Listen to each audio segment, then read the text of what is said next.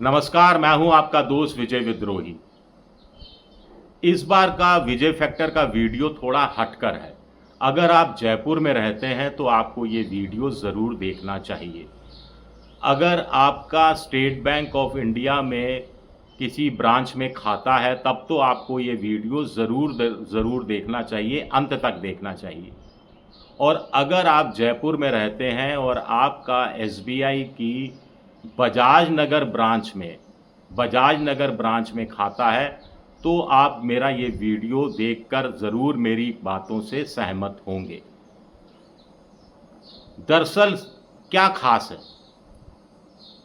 अपने खुद के व्यक्तिगत एक्सपीरियंस शेयर कर रहा हूं मैं।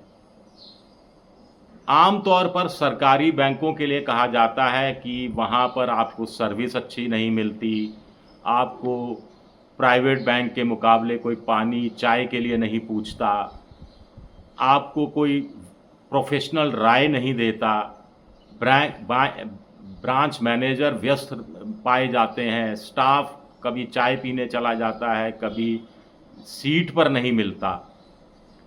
2023 से पहले मेरा भी इसी तरह का एक्सपीरियंस था।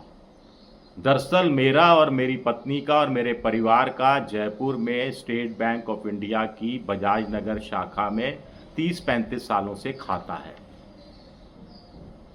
2023 से पहले जब मैं ब्रांच में जाया करता था तो हर बार कोई नया ब्रांच मैनेजर मिलता था। नए सिरे से परिचय दो, नए सिरे से बात बताओ, नए सिरे से अपने खातों के बारे में बताओ, नए सिरे से राय लो, नए सिरे से बताओ कि आपने कहाँ कैसे कैसे निवेश कर रखा है और क्या उसमें बदलाव होना चाहिए। मेरा ये व्यक्तिगत अनुभव रहा, हो सकता है आप भी मेरी बात से सहमत होंगे कि कभी ब्रांच मैनेजर व्यस्त दिखते, कभी टरकाने वाले अंदाज में दिखते, कभी वो स्टाफ में अपनापन नज़र नहीं आता, ख़ास तौर से अपनापन की। ऐसे लगता कि जैसे सरकारी बैंकों के बारे में कहा जाता है कि आपने वहाँ खाता खोलकर खुद ही एहसान किया है उन लोगों पर। लेकिन जून 2023 में जब मैं अपनी पत्नी के साथ बैंक में गया तो वहाँ नया ब्रांच मैनेजर जैनेंद्र धवन, बिल्कुल यंग नौजवान लड़का। मुझे लगा अब नए सिरे से बात करनी पड़ेगी, फिर एक उसी प्रोसेस से गुजरना पड़ेगा। लेकिन जिस ढंग से वो कुर्सी से उठे और हमारा अभिवादन किया, हमें बिठाया, पानी के लिए पूछा, उससे मैं थोड़ा सा प्रभावित हुआ।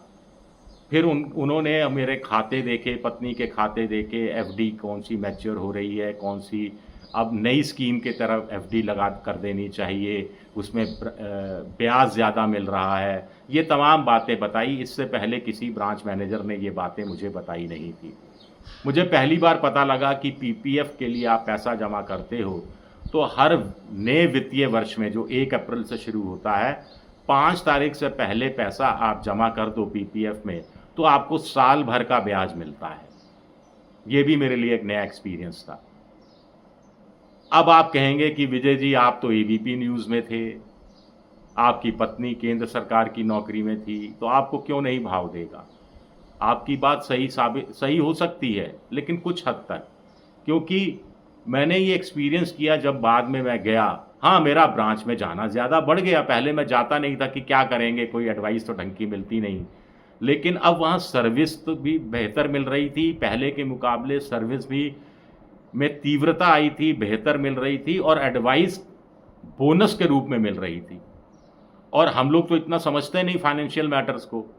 तो ब्रांच मैनेजर बता रहे थे जैनेंद्र धवन कि कहाँ कैसे पैसे लगाना चाहिए जिसमें आपको ज़्यादा ब्याज मिल सके और कैसे आपके पैसे को डिस्ट्रीब्यूट करना चाहिए, ये भी उन्होंने बताया कुल मिलाकर। तो इससे मैंने ये देखा हाँ कि हमसे ही इस ढंग से बात नहीं हो रही थी।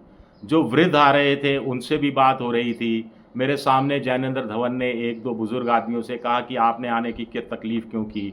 मैं ब्रांच से किसी शख्स को भेज देता, आपके घर आकर आपके साइन करा जाता। महिलाओं से भी इसी ढंग से बात की जा रही थी। उनका स्टाफ बहुत कोऑपरेटिव नज़र आ रहा था। एक बात और, जब मैं 58 साल का हुआ और रिटायर हुआ तो पीएफ में मेरे पास ठीक-ठाक पैसा आया। तो यही धवन ब्रांच मैनेजर थे जिन्होंने मुझे बताया कि मुझे पूरा पैसे को रीडिस्ट्रीब्यूट करना चाहिए, कि थोड़ा इस सेविंग स्कीम में लगा दो, किसी थोड़ा इस ओल्ड जो क्या बुज़ुर्गों के लिए स्कीम होती है सीनियर सिटीज़न सेविंग स्कीम में लगा दो, एक कुछ अपना परिवार के नाम पर, बच्चों के नाम पर पैसा लगा दो। तो ये एक शानदार एडवाइस थी जिसको मैं कभी नहीं भूल पाऊँगा। एसबीआई म्यूचुअल फंड से भी मेरा पहली बार परिचय इसी रूप में कराया गया। इससे पहले मैं शेयर बाज़ार के नाम से कामता रहा था कि इसमें तो पैसा डूब जाएगा, बड़ा खतरा है, कोई सुझाव देने वाला नहीं है, कोई एडवाइस देने वाला नहीं है। लेकिन मुझे बताया गया कि एसबीआई म्यूचुअल फंड कैसे-कैसे आपकी हितों की सुरक्षा करता है और कैसे वो पैसा एक तरह से खतरा आपका बहुत कम कर देता है। मैंने पहली बार म्यूचुअल फंड में भी पैसा लगाया। मैं आपको ये बातें क्यों बता रहा हूँ? मैं आपको ये बातें इसलिए बता रहा हूँ कि एक ब्रांच मैनेजर एक अपनी शाखा से सरकारी बैंकों के प्रति जो आम आदमी में सोच होती है, उसको कैसे बदलने का मादा रखता है। कैसे मैंने बार पहले भी ज़िक्र किया, फिर ज़िक्र करूँगा कि बैंक में आम तौर पर लोग सिर्फ़ सर्विस के लिए जाते हैं, लेकिन सर्विस के साथ-साथ आपको एडवाइस मिले, प्रोफ़ेशनल एडवाइस मिले, पर्सनलाइज़ सर्विस मिले और निवेश के अलग-अलग तरीके बताए जाएँ, तो आप क्यों नहीं प्रभावित होंगे? और मैं भी इसी तरह से प्रभावित हुआ। अब ये जो बजाज नगर की जो बैंक है एसबीआई की, ये 1983-84 के आसपास खोली गई थी और छोटी ब्रांच हुआ करती थी। आज की तारीख में 800 करोड़ का बिज़नेस है, 800 करोड़ रुपए का इसका करोड़ का बिज़नेस है और पूरा स्टाफ बड़े प्यार से मिलता है, समझाता है। पानी और चाय के लिए तो बार-बार पूछा जाता है। कई बार तो हम लोग जाते हैं तो खुद को लगता है कि ब्रांच मैनेजर का ज़्यादा समय ले रहे हैं। हम कहते हैं नहीं, हम चले जाते हैं। वो कहते हैं नहीं, नहीं, नहीं, बैठो, बैठो, कोई प्रॉब्लम नहीं है, और कुछ सुझाओ, और कुछ सुझाओ। अब मुझे लगता है कि मेरी बात अधूरी रहेगी अगर मैं एसबीआई के जो नए चेयरमैन हैं सीएस शेट्टी जी, उनका मैं ज़िक्र नहीं करूं। मुझे लगता है कि शेट्टी जी भी धन्यवाद के पात्र हैं जिन्होंने जैनेंद्र धवन जैसे यंग और टैलेंटेड ब्रांच मैनेजर को ब्रांच संभालने का मौका दिया। मेरा एक जयपुर के नागरिकों से भी एक छोटा-सा आग्रह है कि अगर आपके पास समय है तो एक बार बजाज नगर शाखा में आप ज़रूर जा सकते हैं।